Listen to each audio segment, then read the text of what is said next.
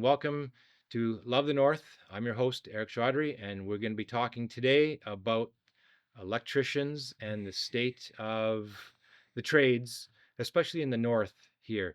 Today, I have with us in the studio Ryan Guillot, and he has his own uh, company called Guillot Controls, Guillot Electrical and Controls. Is that correct? Yeah, Guillot Okay. Electrical Controls. Okay, you said it better.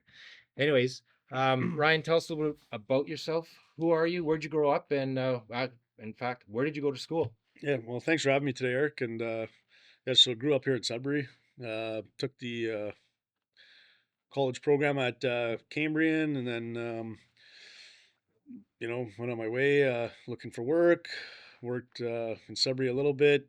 Couldn't find work. Went out west. Completed my apprenticeship out there. Came back to Sudbury once I had my journeyman ticket.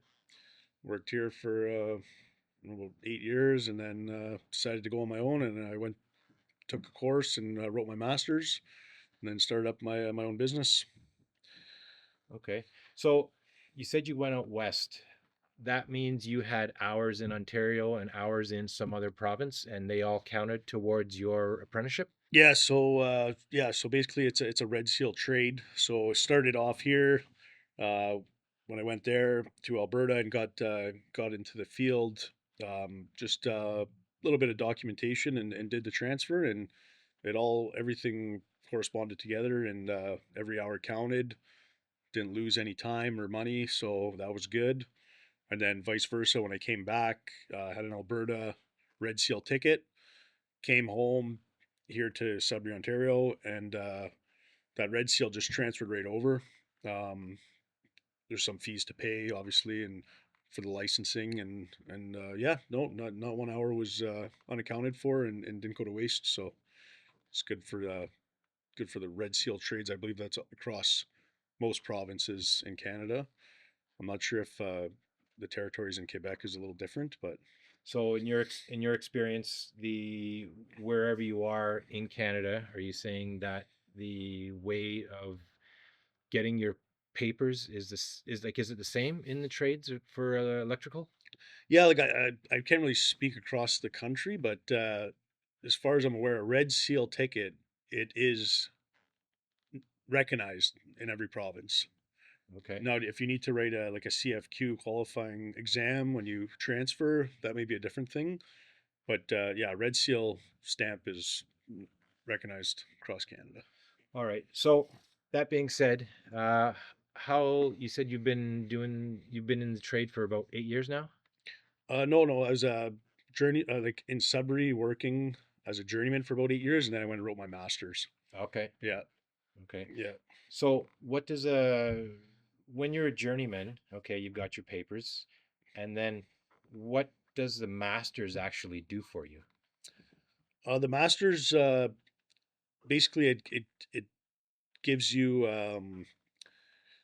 like a sense of business and responsibility as far as knowledge of electrical. A journeyman and a master's for the electrical aspect should have the same knowledge of how electricity works. Yeah. The master's is more business orientated on um, pulling permits, your electrical license contractor.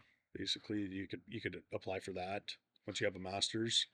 So you do now run your own business. Is has the masters So now that you run your own business, in order to run your own business as a electrical contractor, you have to have your master's, correct? Yeah, you need to maintain your master's ticket and your LEC, so your licensed electrical contractor license. Yeah. And with that, you need to also follow like all the rules as per journeyman to apprentice ratio, Yeah. and Well, code that book. All that. yeah, follow the rules of your local governing body. Yeah, you're held to a higher standard as a master in LEC. Okay, I understand. So, um, now that you're out in the field, What's your take on the situation with the tradesmen in the electrical field? Is there enough of them? Is there not enough? Are you able to find the guys you need now that you run your own business, so you know what that's like? What's it like out there in Northern Ontario? Yeah, Northern Ontario is. I don't know, like I don't know if we're in a bubble here, but there's a lot of work in the Sudbury district. I don't know if you notice every main street you drive down, there's construction going on. All the mines are just booming, and It's everywhere. yeah, it's crazy. So there is a lot of demand for electricians right now, and all tradespeople. Um, Definitely a struggle to get good licensed qualified guys, and I think I understand why. Like there's so much work, and I don't know how to say this. Like before, I feel like the employer had the upper hand where there was 40 guys at the door. Yeah, So if you were kind of on the lower end of a electric, like a shittier guy or bad attitude, whatever, you were out the door and the next guy was in. yeah, Now I feel like it's the opposite. I feel like there's 40 employers looking for that one guy.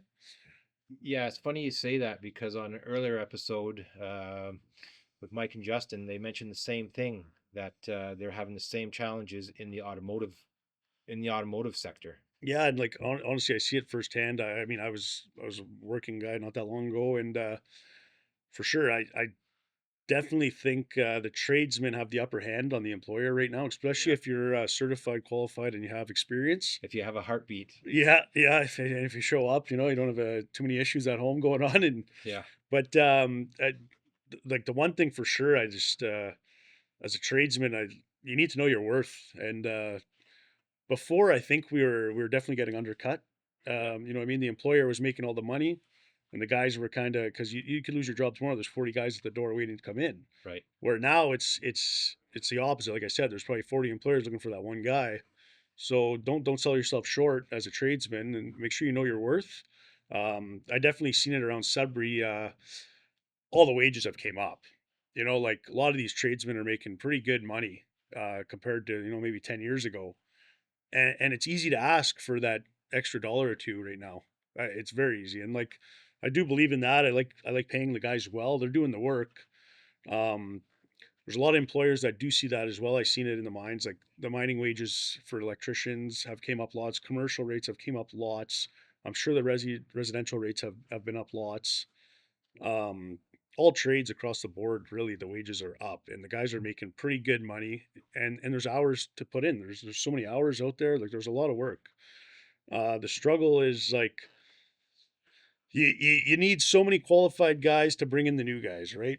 Yeah. So you want to give an apprenticeship opportunity, you need another journeyman to bring them in. To shadow, or so that they can shadow and train as they go along and talk about whatever is going on throughout the job, the jobs that they're working on. Yeah, get some training, right? I remember watching you do a few jobs out in the field a couple of years ago, and you had one or two other guys with you, and they were doing the work, and you were there to oversee them and make sure that they did the work as to what the client actually needed. And I guess that's just part of the training, part of Yeah, the training.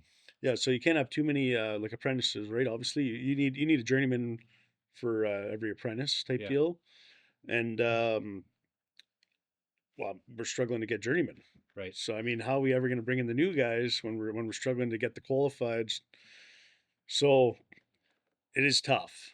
That being said, for anyone of if parents are watching out there and they have a young son or daughter that is thinking about going into the trades, how would it even start? Like they're in high. Let's say these kids are in high school right now, whatever grade they're in, and how would they go about getting steered towards the trades? Like, do you actually go into the schools and talk to the guidance counselors, or is Yeah, I'm where not can we sure. go with that? Yeah, I'm not sure. I think like being young or whatever, and before you get into high school, a lot of guys.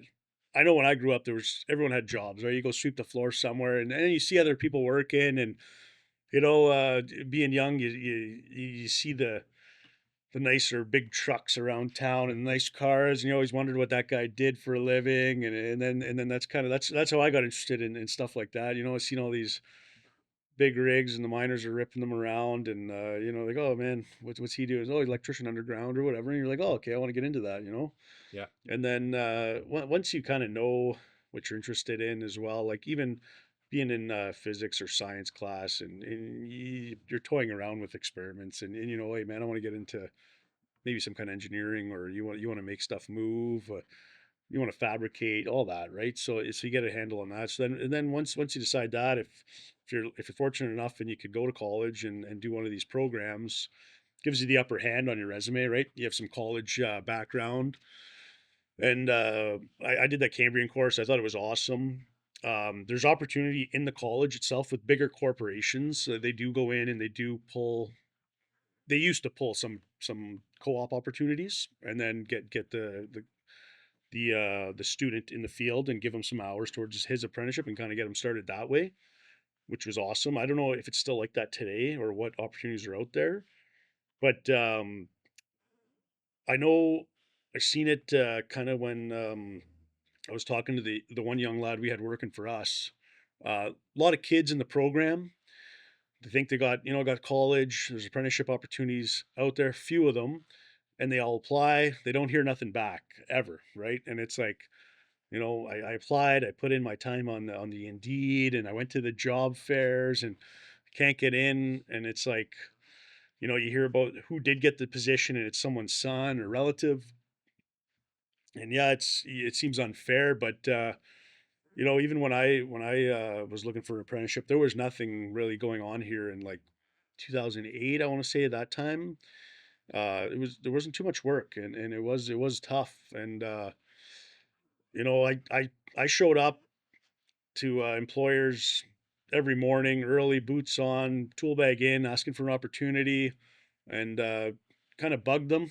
Came off as annoying, and then finally I was given an opportunity, and that's what it took. I didn't have a relative to get me in, and then the work kind of fell off here also. So you have to be willing to move. And if you want it bad enough, you're going to get it. So you show up, you move, get her done, man. Yeah, I always believe that if you want it bad enough, no matter what it is, you're going to do whatever it takes, as long as you're not protected under, mommy and daddy's roof. You got to go. If you want it bad enough, you will do whatever it takes to get it done. So that I fully, so back in the olden days, I knew I wanted to go back to school and into a certain field. Anyways, didn't have any of this, so had to go out and work, and I ended up going out to Alberta for almost a year in the oil patch, worked there, and I was glad to get out because it just wasn't a job for me. But over my career, I've done a bunch of different things, and I always tell everybody, if you want it bad enough, nothing's gonna stop you. Like Yeah, you'll do what it takes. yeah, that's a big one. Like honestly, the whole applying online or going through the process, yeah, whatever. Maybe that's good for the big corps in HR, but that's not going to get you in. I see it firsthand every time. You got to go dive right in, show up to the employer, show up to the shop, do something, show them you want to be there, ready to work. Bring your tools, bring your lunch, bring your boots, A lot of times be ready to go. they just want to see your face. They Yeah, just want to see you there, and if you're there every day, you will get a shot. yeah, and as an employer, like I don't know if it's the parents sending this in for their son. You know what I mean? So is it the parents that want to get this guy the job on Indeed, or Well, that's a whole other topic in itself. But when? if Yeah, the kid's motivated, they'll do what they need to do, and they can't get anyone else to do it for them. You gotta take control. yeah. When there's a young person showing up, willing to work with the tools, and they're in your face, they want the job. Like you're probably gonna be on payroll within a couple days. Oh yeah, oh yeah. So, what kind of things are you in your business working on these days? Like what kind of jobs do you take on? What do you want to get into? Yeah. So basically, like I was in oil field, I was in mining, I was in heavy commercial out west. I wanted to work for myself my whole life, and then basically it was like it's now or never. If I'm getting to that age where I'm either gonna be stuck in a trap, but I could never work for myself, so I dove into it. We started off with light residential. We were doing repairs and stuff, and then we got into wiring houses. Um, got into some commercial maintenance. and then jumped into commercial work itself. Big apartments, um, light industrial, I guess you could call it, like machine shops and stuff like that. Water plant facilities, schools. So I didn't really know when I opened where this business was going to go and what kind of work we were going to do. I Yeah. didn't know if we were going to fall into a labor contract. Um, we're going to be stuck doing residential in the houses, and you know what? There's so much of a market out there. So I just jumped into everything, and then the interesting one that I never really was a fan of, actually, looking back, I was always a burn gas type of guy and run the toys and all that. Yeah. So I started off with we were installing Briggs and Stratton standby generators, and thought it was cool, and setting up the transfer switches, setting up people's houses so they have backup power, and then we had kind of a supplier talk to us about solar. And it was kind of like, oh, everyone kind of shunts that away, but there is some interest, and I was that guy shunting it away at first. And then once I dove into it with this guy and looked at it, I was very interested in the solar, and it really right away I put one a system on my house, and then we started installing them, and we do sell it technically, but it's coming through our supplier kind of partner, and from there we were doing housing. There was government grants. What really sold me on it was, so we were putting these generators in. These generators have maintenance. So yes, you have standby power. Okay, it's really cold. Sometimes that generator ain't starting. Right. You got people in Sudbury, for instance, when we were doing it. We have clients that are gone to Florida, in the winter, and they lose power in their lake house here, and their sump pump fails, or they have no power and they lose, the water freezes in the walls or stuff like that. So they were putting the standby generators on, and the issue is the consumption of propane and fuel. So if you're gone, if you weren't on top of your app, like on the cell phone, to monitor this thing's running, so first of all, you'd be notified that you lost power. Your generator started, it's running, and when it turns back off. Now, if you didn't follow up on that or manage the system to turn off the generator, turn it back on, those standby generators consume a lot of fuel, like a lot of propane. So we actually had one client. It was no one's fault, but they were gone, and the power was turned off to that location for about 4 days. It consumed all their propane tank.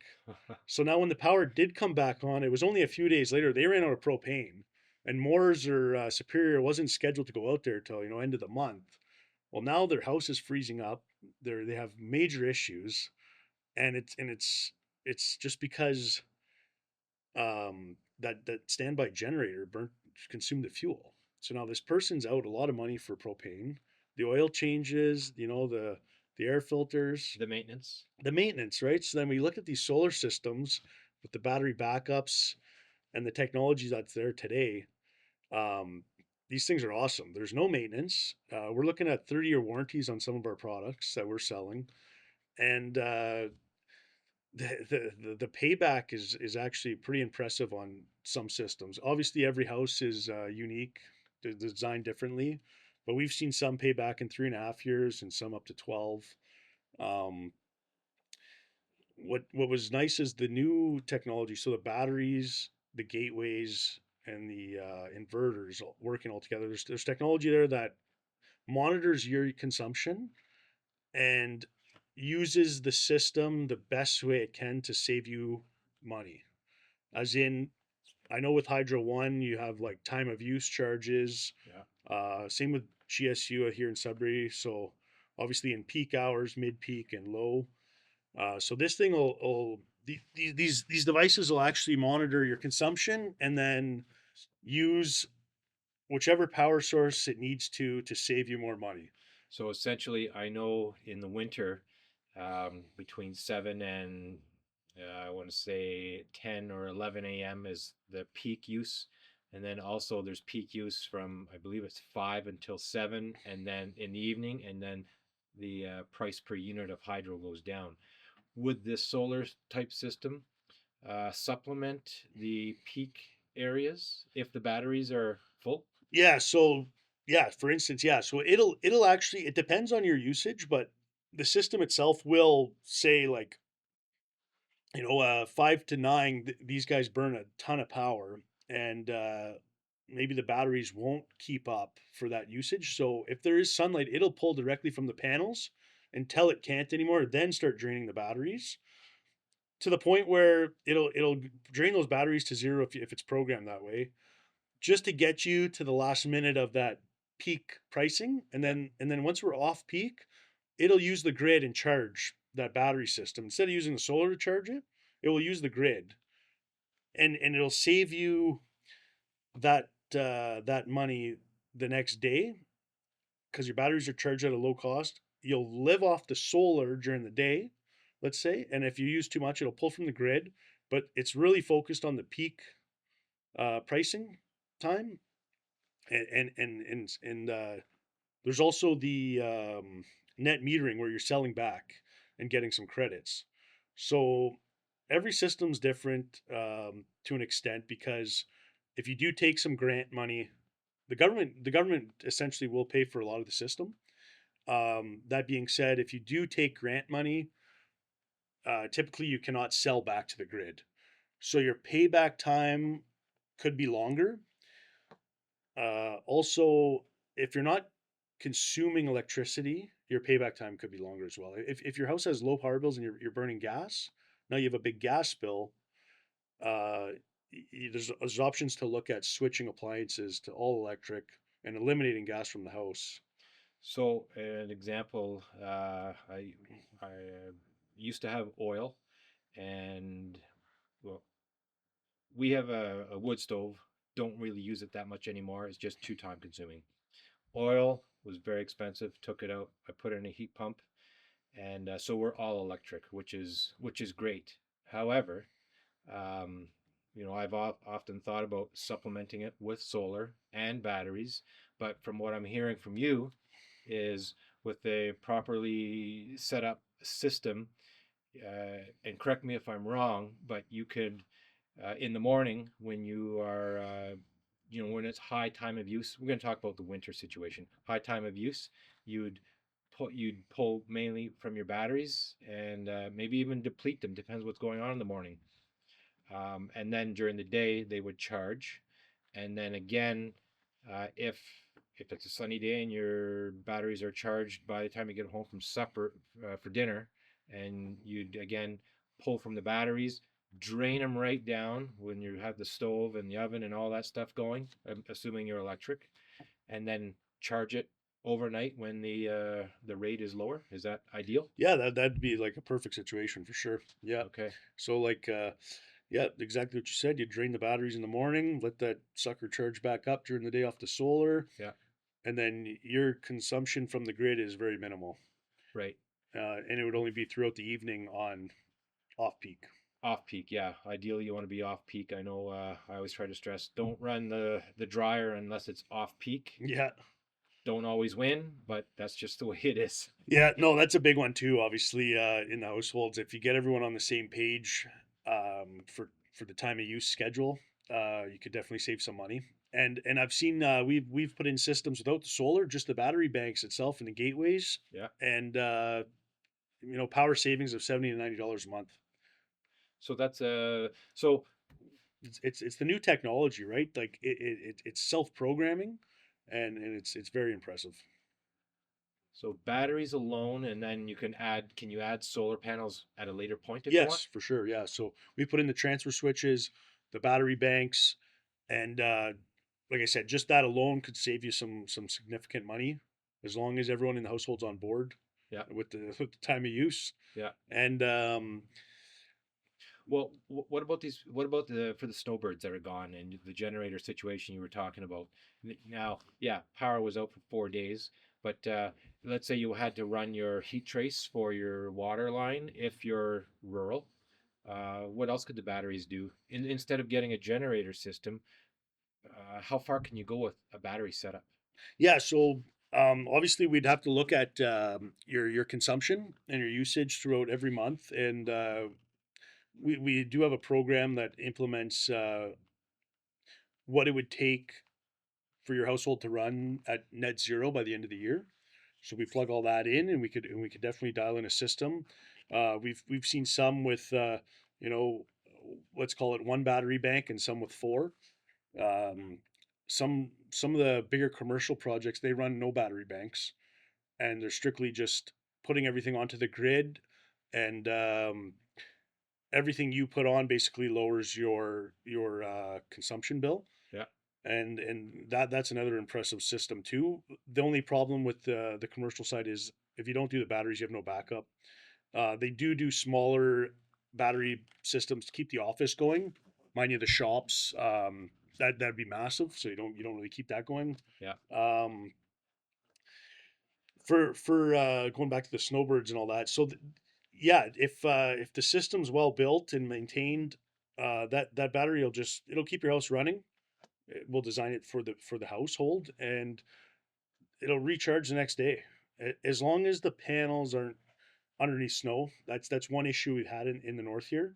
But if you could manage the pitch of the panel, or having someone, if you had to clean them off, if it's too flat of a roof pitch.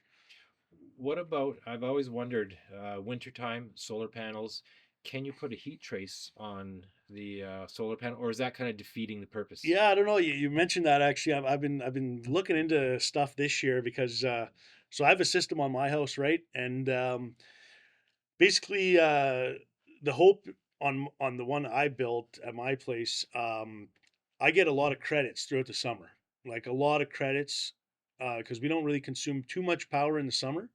Obviously, we're running the AC and lights and stuff like that, but we typically barbecue when it's nice, and so when I go into the winter, I have a huge credit, and I really don't have to rely on the solar system throughout the winter. Obviously, it's a bonus if it is generating.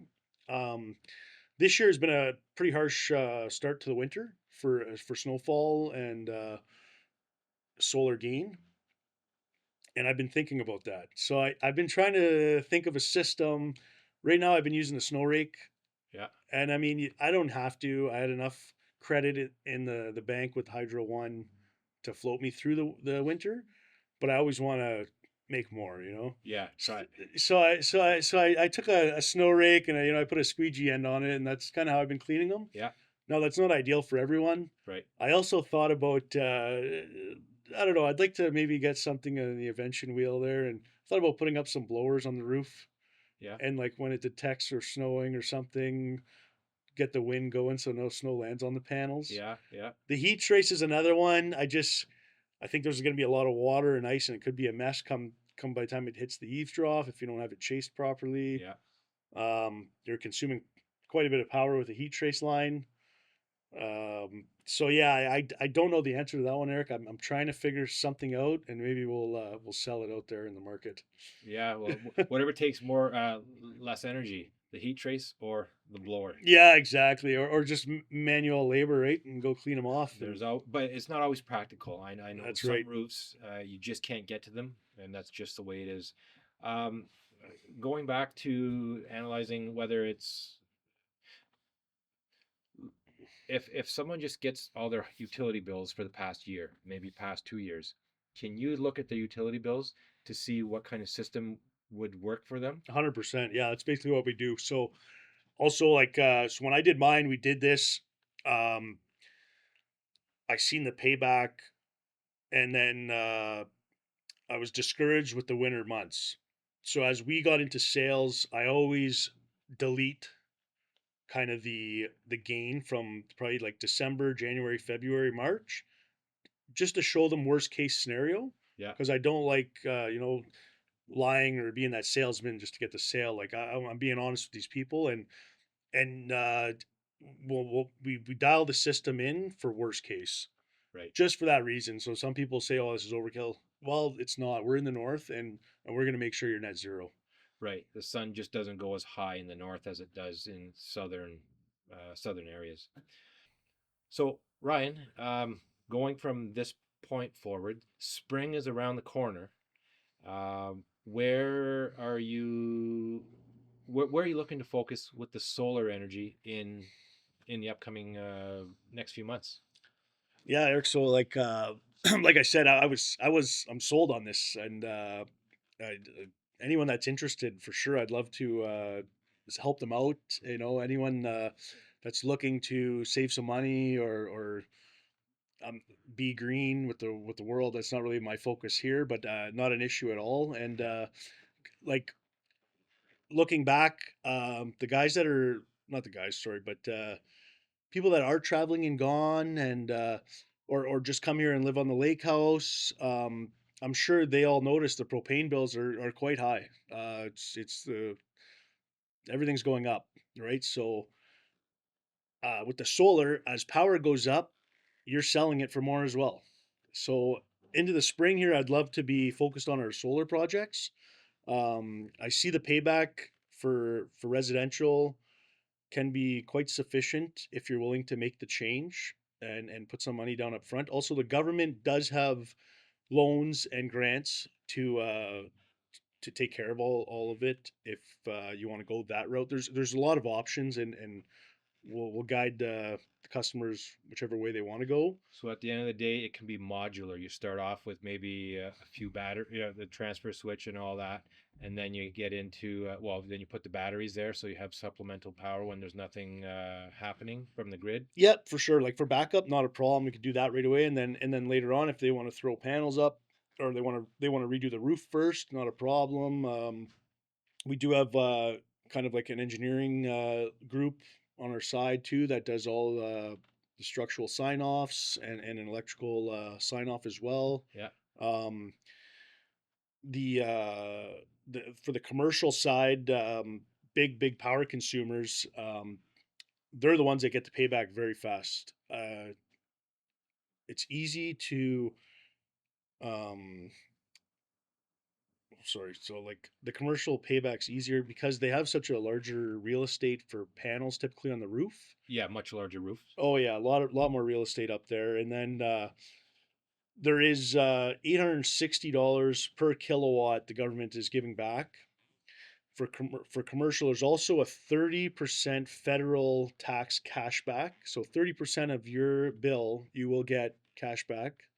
And for the corporate, like businesses and commercial, it's 100% write off the first calendar year it's installed.